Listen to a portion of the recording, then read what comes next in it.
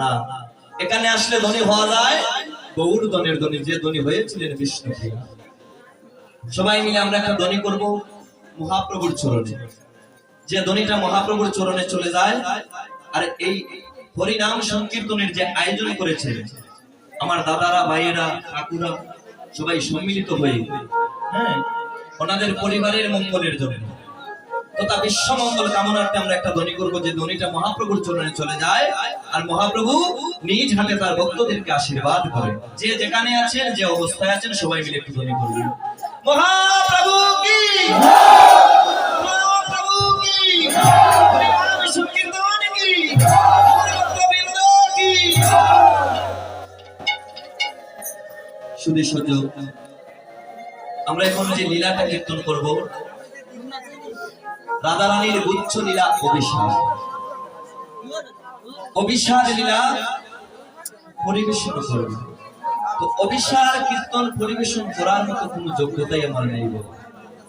আমি এক অবুঝ বালক, নিরেক মূর্খ, সাধনহীন, ভজনহীন, জ্ঞানহীন, বিদ্যাহীন, বুদ্ধিহীন। অভিসার লীলা কীর্তন পরিবেশন করতে গেলে শুদ্ধ বৈষ্ণব ছাড়া অভিসার লীলা পরিবেশন করা যায় না। সেই বৈষ্ণবত্ব আমার মধ্যে নাই। কেবলমাত্র দাঁড়িয়েছি আপনাদের মতো শুদ্ধ সাধুগুরু বৈষ্ণবের রাতুল রাঙা চরণের দুলি আমার শিরে ধার্য করার জন্য।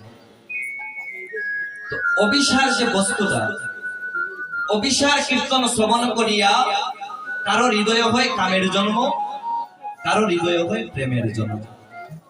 কাম কি আর প্রেম কি? কাম হইলে গোবিন্দ মিলে না, প্রেম হইলে ভগবানকে লাভ করা যায়। আত্ম ইন্দ্রিয় প্রীতি বাঞ্ছা তারে বলে কাম, কৃষ্ণ ইন্দ্রিয় প্রীতি বাঞ্ছা করে প্রেম নাম।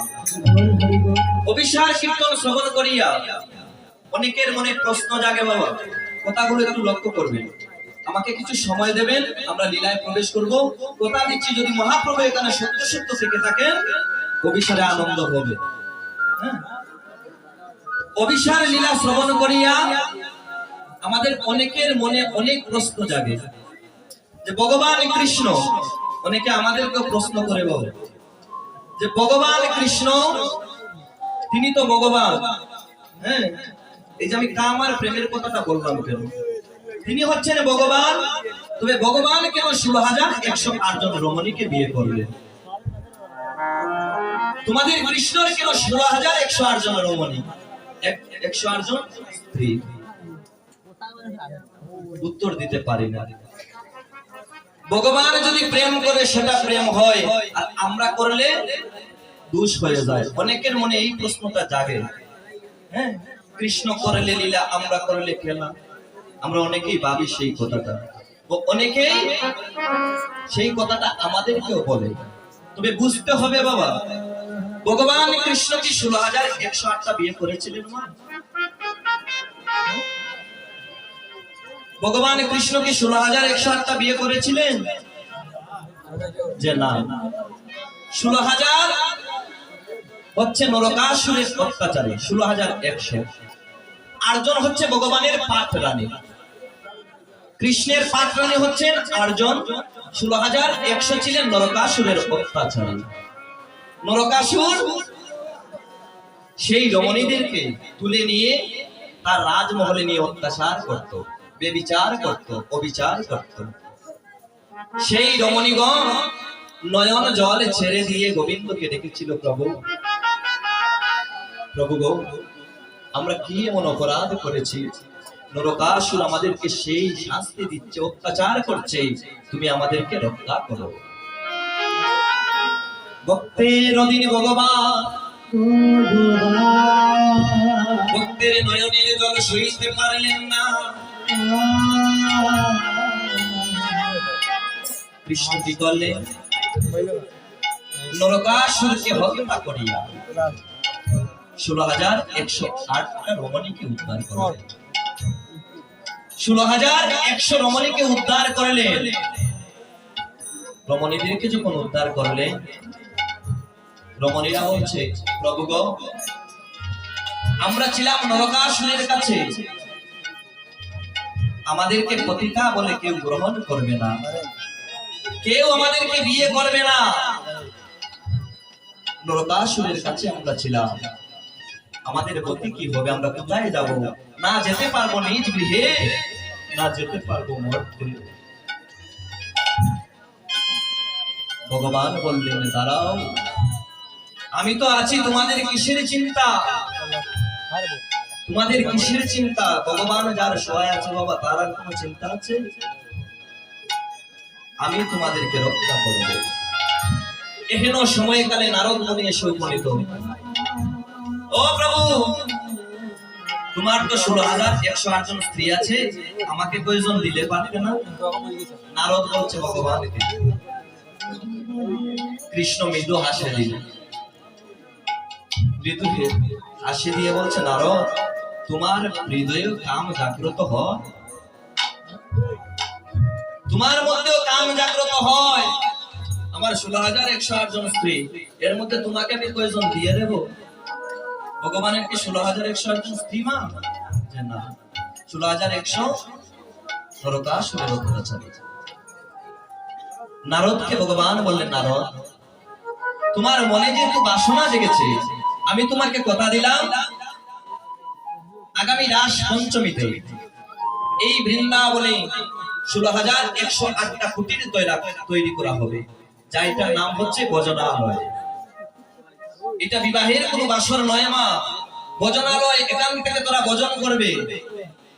গোপীদেরকে বললেন 16,108টা কুটির তৈরি করা হবে শ্রীরাম বৃন্দাবনে, আর আগামী রাস পঞ্চমীতে তোমাদের মনোবাসনা পূর্ণ করার জন্য আমি কৃষ্ণ 16,108টা কৃষ্ণ হব। 16,108টি কৃষ্ণ আমি হব, তোমাদের মনোবাসনা আমি নিজেই পূর্ণ করব। নারদ মুনিকে বলছে, নারদ, তুমি আমার কাছ থেকে কয়টা স্ত্রী নিতে চাও? আগামী রাস পঞ্চমীতে এই বৃন্দাবনে 16,108টা কুটির তৈরি করা হবে। এক এক কুটিরে এক একটা করে গোপী থাকবে, এক একটা কুটিরে এক একটা করে গোপী থাকবে। তুমি যার কাছে আগে যাবে, সেই ঘরটাও তোমার, বউটাও তোমার। নারদকে বলছেন ভগবান, আমি তোমাকে দিয়ে দিলাম, সেই ঘরটাও তোমার, বউটাও তোমার। নারদ বলে, ভগবান তুমি হচ্ছে বুকারাম। 16,108টা কুটিরে 16,108টা গোপী বসে থাকবে, আর যে করে আমি আগে যাব সেই ঘর আমার, বউ আমার। তুমি আর কয়টা নেবে? 100, 200, 500, 700 সব বউ আমার হয়ে যাবে। আসলো রাস পঞ্চমী, রাস পূর্ণিমা। নারদ মুনি চলছে বিবাহের জন্য, ভগবানের কাছ থেকে স্ত্রী আনবে।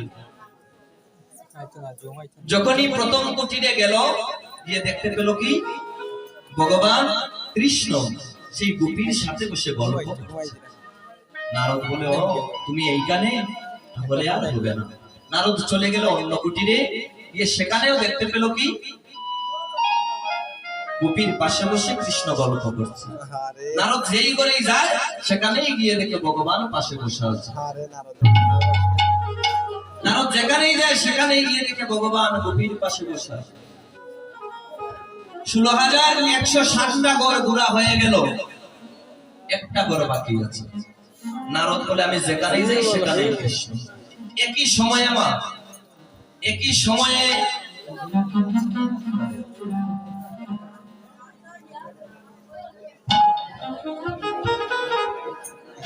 নারদ যেখানেই যায়, সব জায়গায় কৃষ্ণ দেখতে পায়।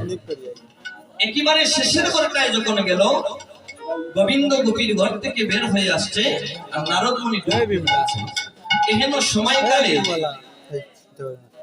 এহেন সময়কালে গোবিন্দের বক্ষে ধাক্কা লেগে নারদ মুনি মাটিতে পড়ে গেল। উপবানে তাকিয়ে দেখে গোবিন্দ, প্রভু এই ঘরেও তুমি, সব জায়গায় তোমার বিস্তার। পদকবি লীলার পাশ থেকে ভাব দিলে,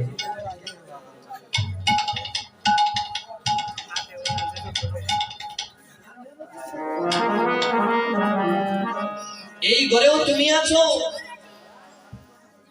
লীলার পাশ থেকে মহাজন বললে, বনগরে ছাড়া কি আমার গোবিন্দ গোবিন্দ লাগে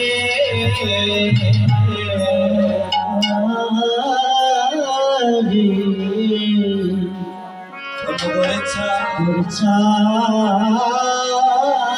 কি গোবিন্দ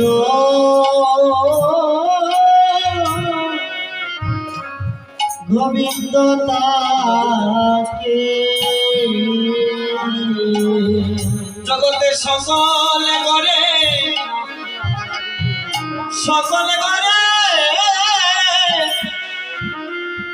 আমার গোবিন্দ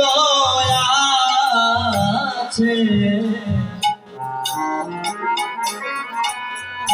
বনগরে ছাড়া কি আমার গোবিন্দ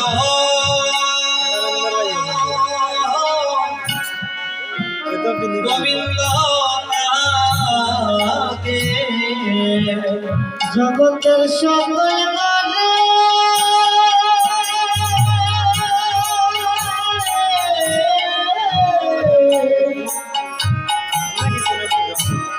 সকল গোবিন্দ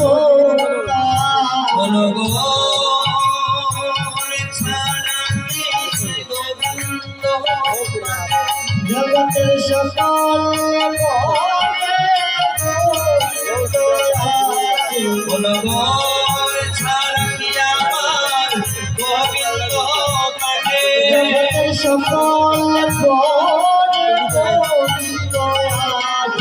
ঘরে ছাড়া কি আমার গোবিন্দ আছে গোবিন্দ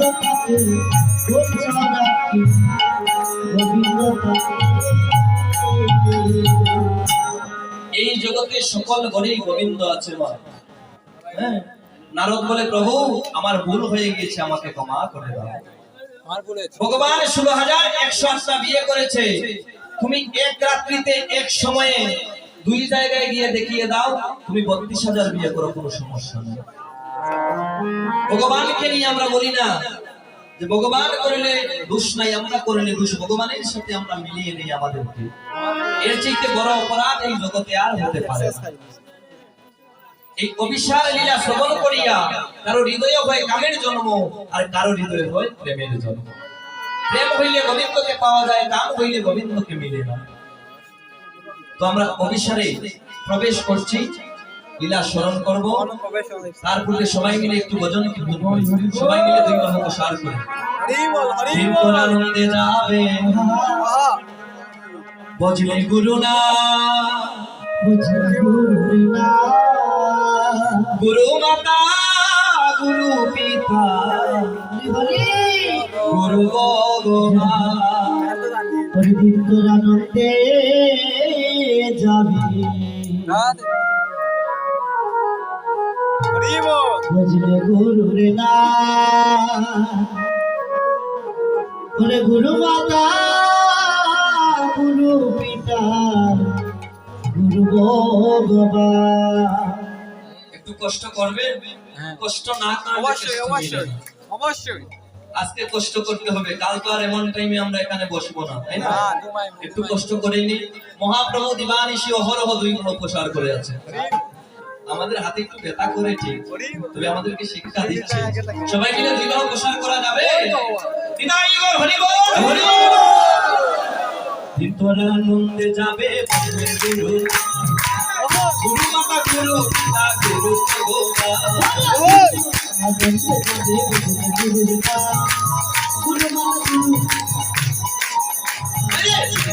আনন্দে যাবে গুরু মাতা গুরু পিতা গুরু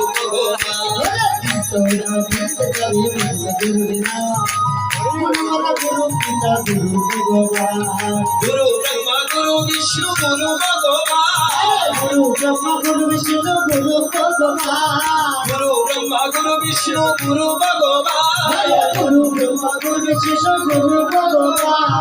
জগৎগুরু শ্রীকৃষ্ণ সর্বশক্তিমান হরে জগৎগুরু শ্রীকৃষ্ণ সর্বশক্তিমান হরে জগৎগুরু শ্রীকৃষ্ণ সর্বশক্তিমান হরে জগৎগুরু শ্রীকৃষ্ণ সর্বশক্তিমান করে আনন্দে যাবে বসলে গুরু না গুরু মাতা গুরু পিতা গুরু ভগবান তোর আনন্দ জানি গুরু না গুরু বাবা গুরু পিতা গুরু ভগবান করে আনন্দে যাবে বসলে গুরু না গুরু মাতা গুরু পিতা গুরু ভগবান করে আনন্দে যাবে বসলে গুরু না গুরু মাতা গুরু পিতা গুরু ভগবান মহাপ্রভু কি জয়।